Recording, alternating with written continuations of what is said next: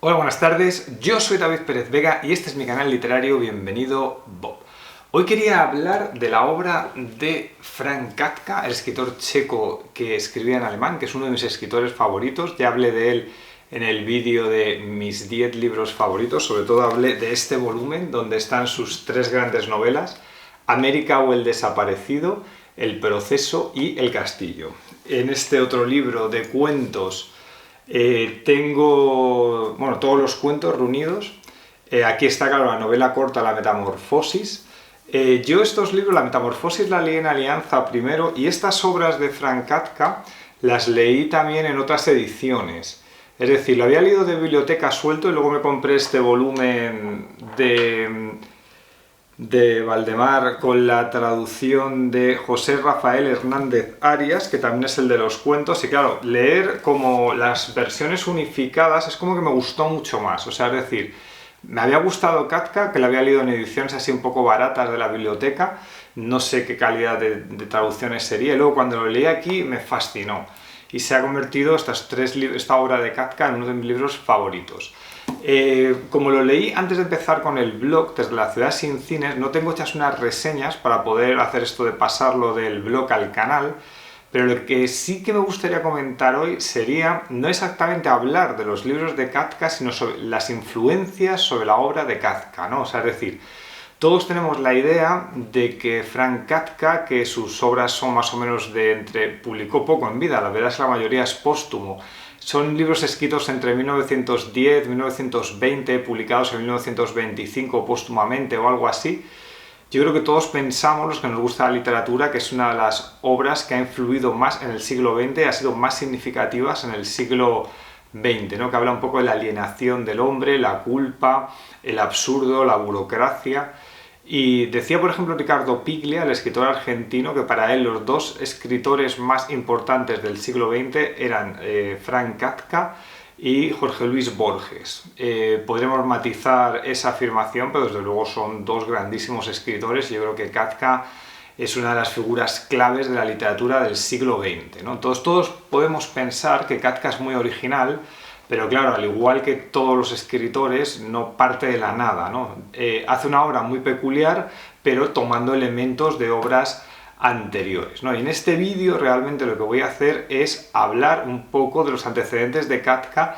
Me faltan algunos porque he estado buscando información y algunos de los que se consideran antecedentes de Kafka no los he leído y os voy a pedir opinión, pero sí que he leído a otros y de hecho a veces he leído libros buscando estos antecedentes de Kafka porque es un escritor que siempre me ha interesado mucho. A ver, Kafka era un admirador del Quijote de Cervantes, que lo he sacado aquí, como yo creo como tantos escritores, ¿no? Y quizás hay un humor ahí extraño en Kafka que podría ser cervantino, hay una mirada crítica sobre la sociedad en la que está reflejando, pero quizás no sea lo más significativo como influencia en su obra. Me ha llamado la atención al buscar información que el estilista que más le gustaba, unos escritores que más le llamaba la atención a Kafka, era Gustave Flaubert. O sea, es decir, he leído, que me ha llamado la atención, que Kafka aprendió a hablar francés para leer a Flaubert en el idioma original. Y La educación sentimental era uno de sus libros favoritos. Este que tengo aquí, La educación sentimental, a mí me encantó también cuando lo leí. También lo leí antes del blog, que empezó en 2009, entonces no tengo reseña, pero fijaros, lo tengo aquí subrayado a dos colores. Este es un libro maravilloso.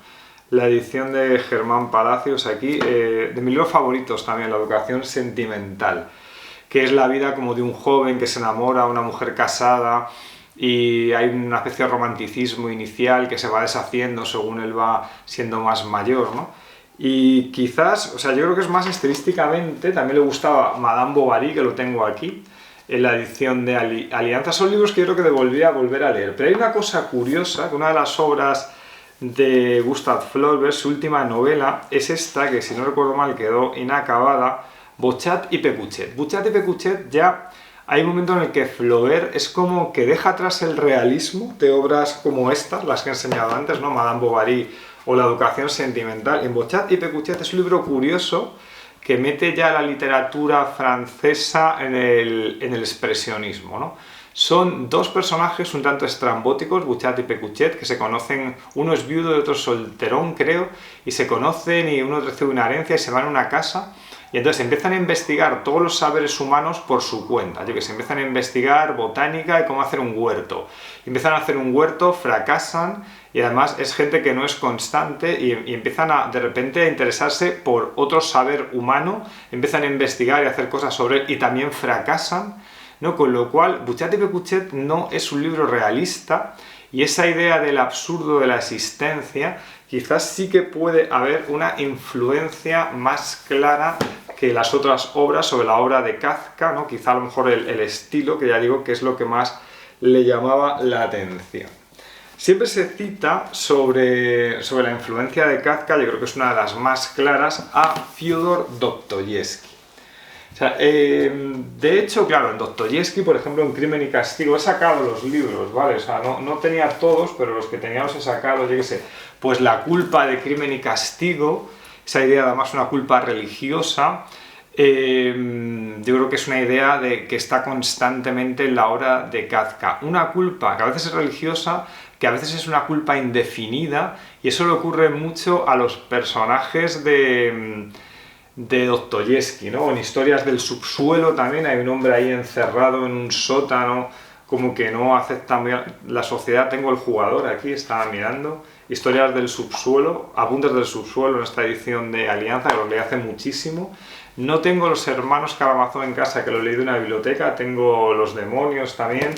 Tengo El eterno marido. Y el último así que he leído, bueno, El eterno marido fue de los últimos, pero uno de los últimos que leí de Dostoyevsky, sí que noté ahí claramente la influencia sobre Kafka y lo anoté en la reseña, era por ejemplo El idiota. Hay un momento que el personaje del idiota vuelve de Suiza, creo que era, a San Petersburgo, vuelve a Rusia y hay un momento que tiene que hablar con un noble que tiene una carta, no sé qué, entonces llega a su casa y empiezan a atenderle sirvientes y se empiezan a abrir puertas, a cerrar puertas, le hacen esperar y es como que nunca llega a entrevistarse con el sirviente y eso me recordó muchísimo a la construcción del castillo en el que el personaje, el agrimentor, o sea, llega al castillo, intenta llegar para entrevistarse con alguien y nunca lo consigue.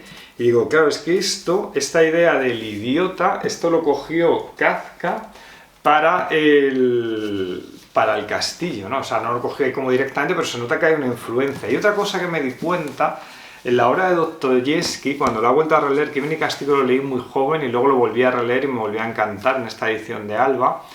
Y una cosa que me di cuenta, que a lo mejor de joven no me había fijado tanto, es que la obra de Dostoyevsky hay momentos que a mí no me parece del todo realista. O sea, hay elementos como expresionistas, hay elementos donde los personajes es como que enloquecen, empiezan a temblar. O sea, hay muchos momentos en Crimen y Castigo donde los personajes, y no solo Rakhotnikov, se ponen a temblar ante un miedo o un temor indefinido, y eso es una cosa como muy kafkiana. O sea, es decir, en las obras de Kafka hay como esa idea de ensoñación, como un aire onírico, y hay muchas escenas de Crimen y Castigo que ese aire onírico que envuelve a los personajes en ese tema opresivo de la culpa está presente en el proceso, claro, es esa idea ominosa de que le están persiguiendo, que hay un proceso que no sabe por lo que es y demás. Y claro, yo sí que ahí veo como una conexión muy clara entre la obra de Dostoyevsky, si lo lees con atención y has leído a Dostoyevsky y Kafka más o menos seguidos y analizándolos, sí que hay una influencia que es de las más claras y de las más estudiadas. Claro, obviamente yo no estoy descubriendo nada, pero lo hago ver, ¿no? Y yo sí me di cuenta al leerlo, ver esa influencia. Otra de la que hablan bastante es de Charles Dickens. Y por ejemplo, está muy estudiada también la influencia de David Copperfield sobre la primera novela larga que está inacabada como todas, menos La Metamorfosis. O sea, las tres novelas grandes de Kafka están inacabadas. O sea, es América o el desaparecido, El proceso y El castillo. Y aún así son obras inabarcables, son obras maravillosas, al menos para mí. Entonces, Kafka hablaba de que le gustaba a él mucho Dickens y que es una influencia, a veces le parodia, y él mismo, lo he cogido por aquí, hay un momento que en su diario habla de la influencia de David Copperfield sobre sobre el desaparecido. De hecho, iba a enseñar David Copperfield, pero es que se lo he llevado a mi padre para que lo lea, que además yo lo he acabado y le ha gustado bastante y aunque lo he acabado se me ha olvidado traerlo a casa, por lo tanto no lo puedo enseñar, pero vamos. David Copperfield está la reseña en el canal por si alguien la quiere buscar. Entonces hay un momento que son personajes, los de América o El Desaparecido y David Copperfield, que son personajes simpáticos, son personajes un poco pasivos, son personajes que sufren humillaciones, ¿no? Porque al personaje del desaparecido le echan de la casa en Europa por un escándalo sexual. Y luego, por ejemplo, a David Copperfield también sufre humillaciones de niño, que hay un momento que le encierran en una habitación y se siente humillado, siente la culpa, pero no sabe por qué, que eso es muy kafkiano, ¿no? Y luego hay un tema, incluso en El Desaparecido, el primer capítulo, cuando llega con una maleta a América, que es una escena como un poco que parece un chiste, ¿no? Está saliendo del barco, cuando está llegando a América, el personaje, y se da cuenta que se lo ha olvidado, si no recuerdo mal era un paraguas o no sé si era un bastón, creo que era un paraguas. Entonces deja la maleta en el muelle, digamos, que vuelva por el paraguas y claro, y no encuentra el paraguas y cuando vuelve no está la maleta. O sea, es una cosa como absurda su llegada a América. Y eso, en cierto modo, es una parodia de cosas que pasan en David Copperfield. Hay un párrafo que lo he encontrado en internet, me parece muy interesante, que directamente hay una entrada del diario de Kafka del 8 de octubre de 1917 que escribe literalmente esto. Dice: The Stalker, el primer capítulo de América, es una pura imitación de Dickens, la novela proyectada aún más. La historia del baúl, el muchacho que agrada y encanta a todo el mundo, el trabajo servil, su novia, la casa de campo, las casas sucias, etc. Pero sobre todo el método. Era mi intención, como ahora veo, escribir una novela dickensiana. Dice, luego añade que quería enriquecerla, dice, con las luces más agudas de nuestro tiempo moderno y las luces más pálidas que habrían encontrado en mi propio interior. Es decir, que la influencia de Dickens es absolutamente consciente. De Dickens me he sacado todos los libros largos que he leído, Casa Desolada, que claro, sí que es una influencia también más directa en un libro, por ejemplo, como El Proceso. Porque en Casa Desolada hay una familia, hay unos chicos jóvenes que han apostado, tienen un sueño con su porvenir porque hay una herencia familiar que en algún momento, cuando se resuelva el caso judicial, les va a llegar. Pero claro, hay una especie de entrampamiento judicial porque nunca se resuelve el caso y entonces nunca les acaba de llegar el dinero. Y entonces esto les hace como no emprender cosas, estar paralizados, que eso es muy kafkiano también, y no llegan a nada en su vida y pasan los años y la resolución del caso judicial y de la herencia que debería corresponderles no les llega, ¿no? Que esto es totalmente kafkiano. Las dos son novelas de construcción, o sea, es decir, David Copperfield y El Desaparecido. Claro, lo que pasa es que Charles Dickens probablemente sea alguien más sentimental y más optimista. Kafka lo lleva, aunque tiene también humor, lo lleva como a un punto más hacia el absurdo, un poco más delirante todo, ¿no?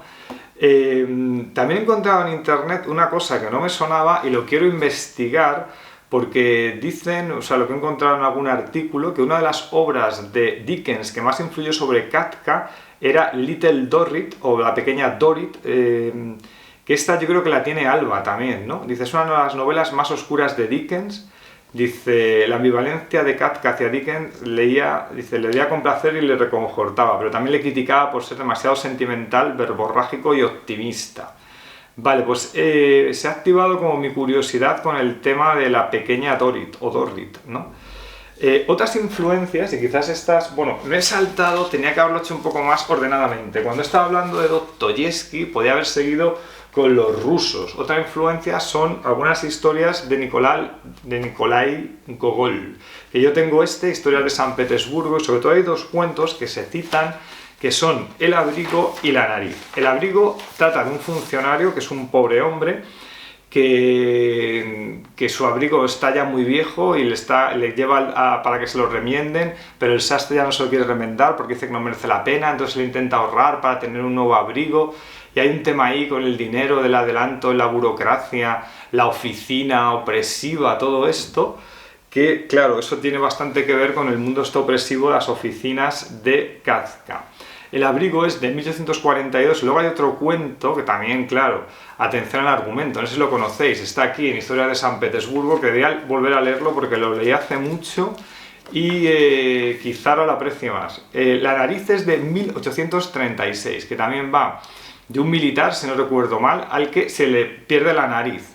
O sea, su nariz desaparece de su cara y el tío tiene que afrontar el mundo sin nariz. Claro que es un antecedente de la metamorfosis de Kafka, ¿no? De esa transformación del joven que tiene que ir a trabajar pero no puede salir de su habitación porque está transformado, porque su familia le pide que tiene que ir a trabajar, nadie le entiende. Pues esto de la nariz es un trasunto de la metamorfosis. Hay otro antecedente que me gustaría explorarle más. Yo he leído 2 libros de un suizo que escribe en alemán que se llama Robert Walser. Tengo en casa, se lo regalé a mi mujer porque yo lo saqué de la biblioteca, Jacob von Gunther, que es una de sus novelas más famosas, si no recuerdo mal es de 1909 o por ahí. Yo he leído de Robert Walser esta, que me encantó, Jacob von Gunther, que la debería volver a leer, y El paseo, que simplemente describía un paseo, era una novela corta de un tipo que sale a pasear una mañana y luego vuelve a casa porque ya llegan las nubes y se hace oscuro y no te cuenta nada especial, pero los pequeños apuntes que tiene son fascinantes, ¿no? O sea, la relación entre Robert Walser y Kafka, los dos hablan como de hombres pequeños, de hombres que tienen como tendencia a desaparecer. Esta novela, que es súper kafkiana, antes de Kafka, habla de una academia como de gente que quiere ser como sirvientes, pero es una academia que pasan cosas absolutamente surrealistas, ¿no? O sea, es decir, hay una prosa corta, hay como una especie de tono inocente, la voluntad de ser pequeño, hay un humor absurdo sobre lo cotidiano. O sea, aquí recuerdo que era una academia donde nadie aprendía nada, los profesores no impartían materia, uno se subía a la espalda de otro, iban caminando. O sea, era una cosa como bastante absurda. Este es un libro que lo leí hace muchísimo y lo debería volver a leer y debería volver a leer más novelas de Robert Walser porque creo que además están todas estas de Siruela en la biblioteca de Móstoles y debería sacarlas. También hay esto, pero esto lo encuentro en internet, pero yo esto no soy consciente, ¿no?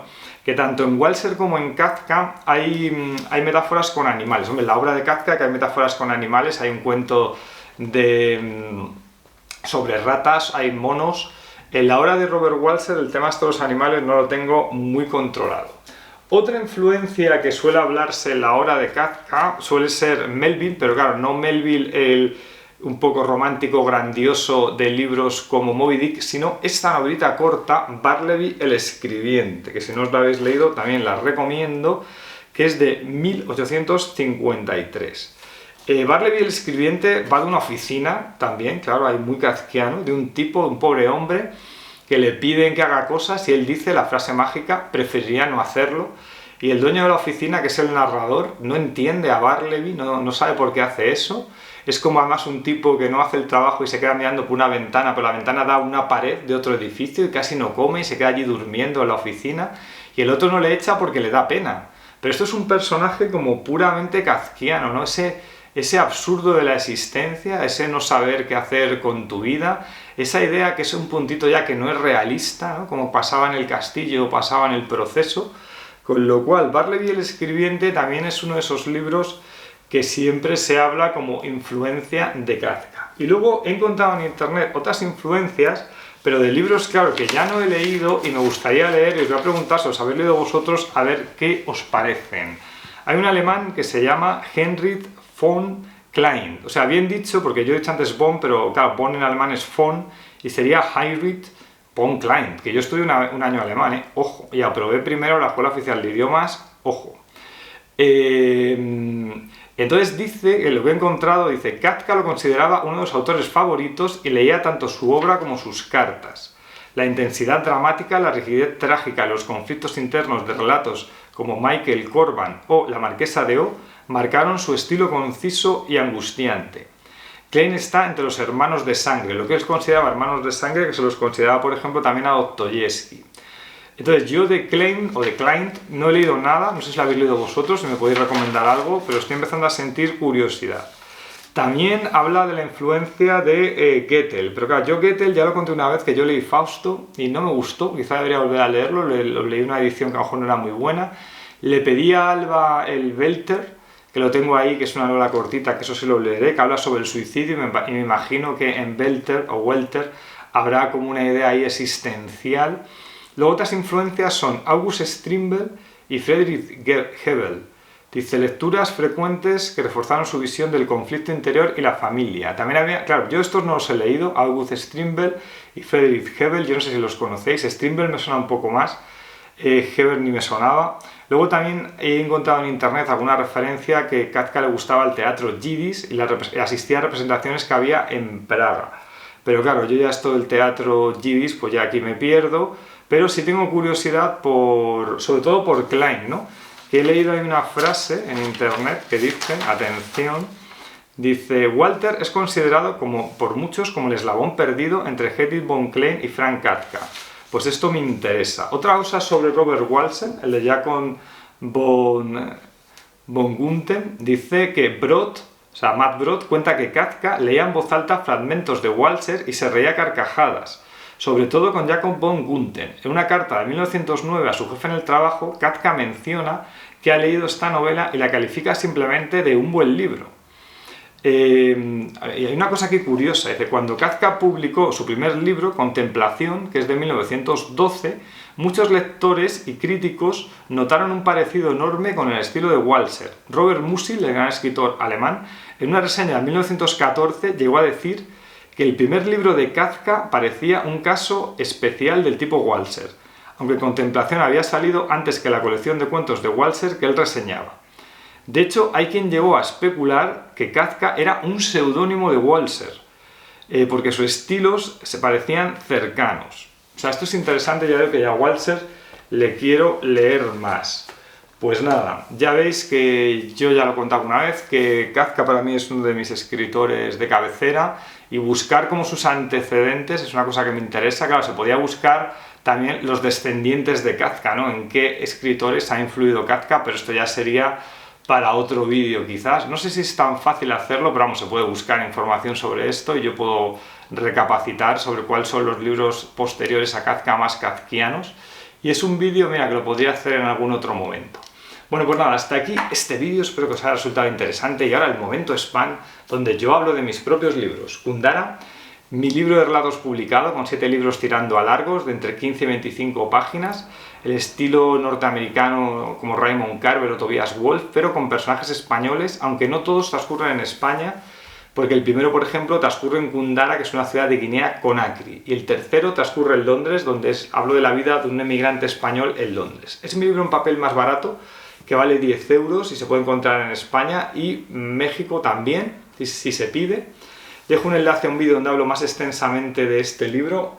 El hombre ajeno es mi segunda novela, donde hay un personaje de 26 años que está haciendo una tesis doctoral sobre un poeta de El Salvador que se llama Héctor Mayer, que es un poeta inventado, pero en realidad es un homenaje a Roque Dalton, el poeta que murió en la Guerra del Salvador. Mi poeta también muere en la Guerra del Salvador y en la parte central de la novela hago una biografía inventada de este poeta y que investigué sobre la Guerra del Salvador y salvo algún error de internet es real el trasfondo histórico. Y luego en el primer plano el personaje este de 26 años español que está haciendo la tesis tiene un conflicto con el pasado porque él piensa que se siente responsable de la muerte de alguien y quizás ese conflicto se pueda resolver en el presente. Este libro vale 14 y pico, creo, pero existe versión ebook que vale como 3 o 4 euros, si os interesa.